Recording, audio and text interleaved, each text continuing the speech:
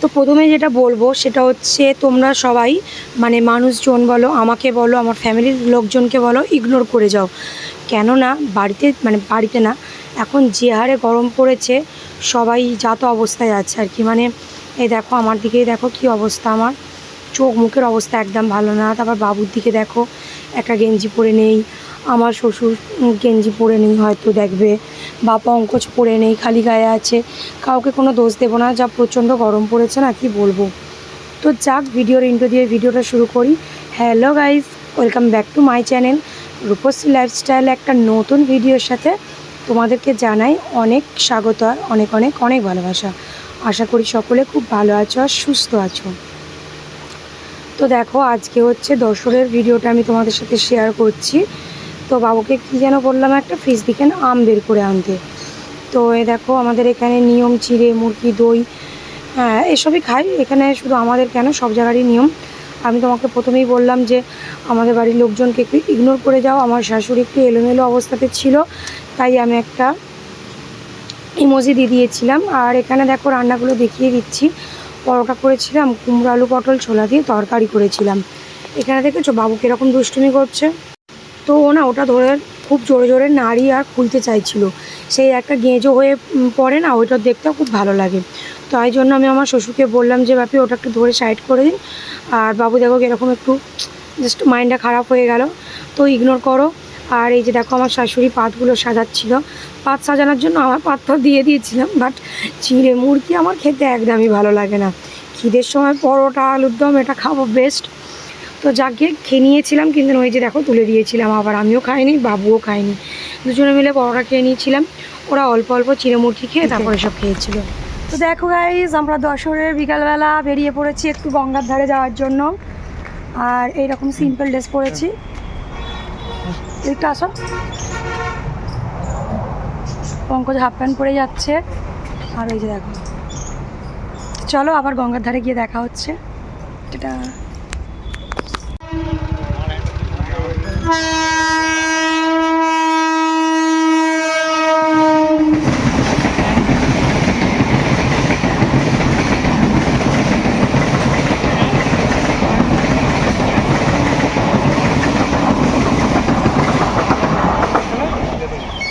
আর একবার রেলগেটের অবস্থাটা দেখো, এখানে এসে যে আমরা কি ভীষণভাবে ফেঁসে গিয়েছিলাম তোমাদেরকে বলেও বোঝাতে পারবো না। লাইনটা দেখেছো কত দূর পর্যন্ত লাইন গেছে, মানে একটার পর একটা ট্রেন যাচ্ছে আসছে, আর আমরা এইভাবে ভিড়ের মধ্যে দাঁড়িয়েছিলাম। আমরা অবশ্য গেটের সামনেই ছিলাম, বাট লাইনটা কত দূর পড়েছে তোমাদের সেটা দেখানোর জন্য একবার ভিডিও শ্যুট করে নিলাম।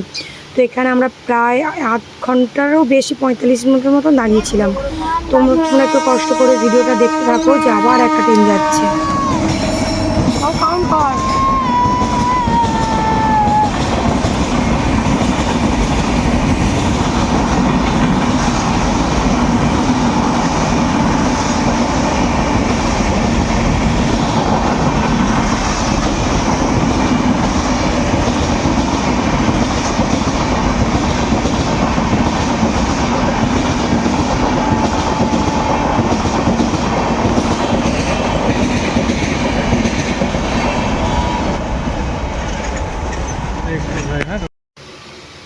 বুঝতেই পারছি ট্রেনগুলো দেখতে হয়তো তোমাদের বিরক্ত ফিল হচ্ছে, বাট কী করবো, আমরা ওখানে দাঁড়িয়ে থেকে এতটা বিরক্তি ফিল করছিলাম যে সেটা বলে বোঝানোর মতন নয়।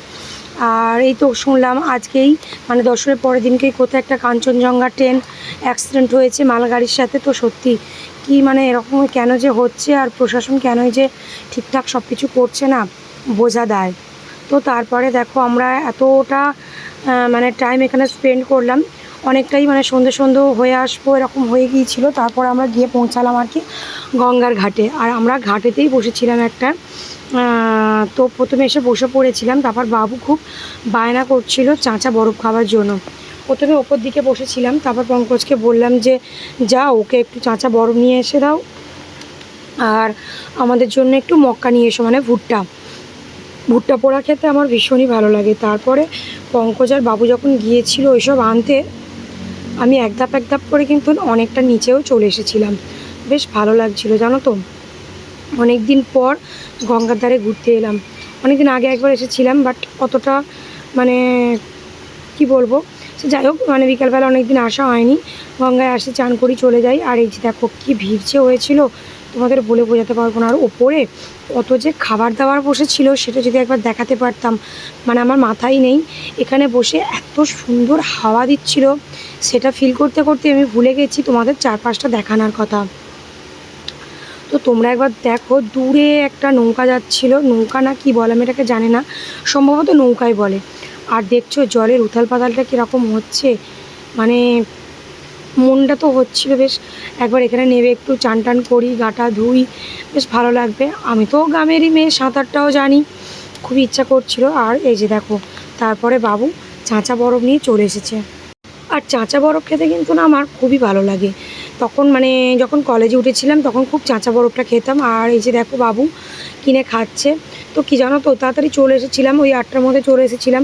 বাড়িতে আজকে রান্না ছিল, আমাদের নিয়ম কি দশরের দিন রাত্রিবেলা মাংস ভাত করতে হয়। আর এই যে দেখো বাবু পঙ্কজ মক্কা নিয়ে এসেছিলো, ও চাঁচা বরফের সাথে আমরা মক্কা খেয়েছি, ও চাঁচা বরফ খেয়েছে। তো বাবুও খেয়েছিল একটু ভুট্টা। তো রান্নার চাপটা মাথায় ছিল বলে বেশিক্ষণ গঙ্গার ধারে বসে থাকতে পারিনি, বেরিয়ে পড়েছিলাম 7টা 10-15। বাট আবার রেলগেটে আমরা খুব মানে বাজেভাবে ফেঁসে গিয়েছিলাম, অনেকক্ষণ ওখানেও প্রায় আধ ঘন্টার মতো দাঁড়াতে হয়েছিল। মানে আমরা গিয়ে যতক্ষণ না ওখানে গঙ্গার ধারে বসেছিলাম তার থেকে না বেশি রেলগেটে আমাদের সময় চলে গিয়েছিল, মানে খুব বিরক্তিকর একটা ব্যাপার। তো দেখো উঠে আসতে ইচ্ছাই করছিল না, যেন মনে হচ্ছিল এখানে বেশ কিছুক্ষণ বসি। আর সত্যি যদি রান্নামাট না থাকতো না, আমি 9টার কমে গঙ্গাধার থেকে আসতামই না, আমার এতটাই ভালো লাগছিল। আর বাবুর তো মানে চান করতে শুরু বাকি রেখেছে, ও এতটা আনন্দ করছিল তোমাদেরকে বলে বোঝাতে পারবো না। আর এই যে দেখো মানে গঙ্গার এটা প্রথমে ওই যে নিচের একটা ধাপ দেখতে পাচ্ছ না, ওখানের নিচেতে জল ছিল আমরা যখন এসেছিলাম, তারপরে এক ধাপ করে উঠে আসছিল।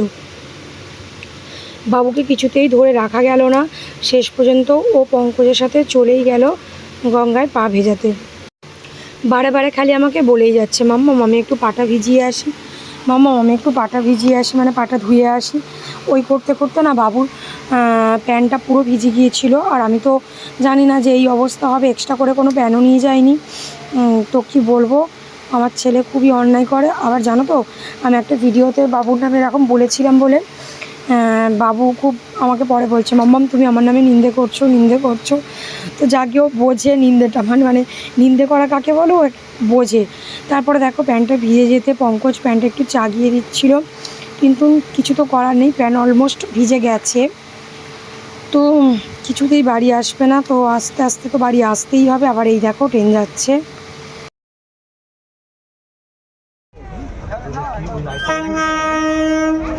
এটাও মালগাড়ি, আগেরবারও ফেঁসে গেছি, আবার এবারও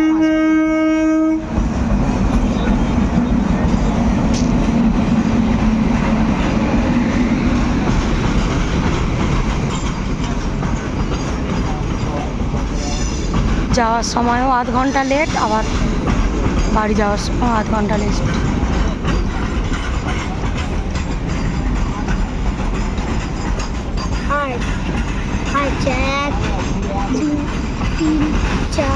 তো দেখো বাড়িতে এসে ঝটাপট মাংসটা রান্না করেছি, আর ভাত করেছি, একটু স্যালাড কেটে নিয়েছিলাম। আর বাবু তো মাংস তুলতেই তর দিচ্ছিল না, একাই তুলে নিচ্ছিল, তাই জন্য বেশি ভিডিও শ্যুটও করতে পারিনি। আমার শ্বশুর শাশুড়ি, আমি পঙ্কজ ডিনারটা করে নিলাম। আর ভিডিওটা ভালো লাগলে অবশ্যই লাইক করো, কমেন্ট করো, শেয়ার করো। অ্যান্ড বন্ধুরা অবশ্যই সাবস্ক্রাইব করে দিও, তোমরা সাবস্ক্রাইব না করলে না ভিডিও করতে একদমই ভালো লাগে না। তো প্লিজ প্লিজ প্লিজ বন্ধুরা তোমরা সাবস্ক্রাইব করো। দেখা হচ্ছে আবার নতুন একটা ভিডিওতে, ততক্ষণে তোমরা সকলে ভালো থেকো, সুস্থ থেকো।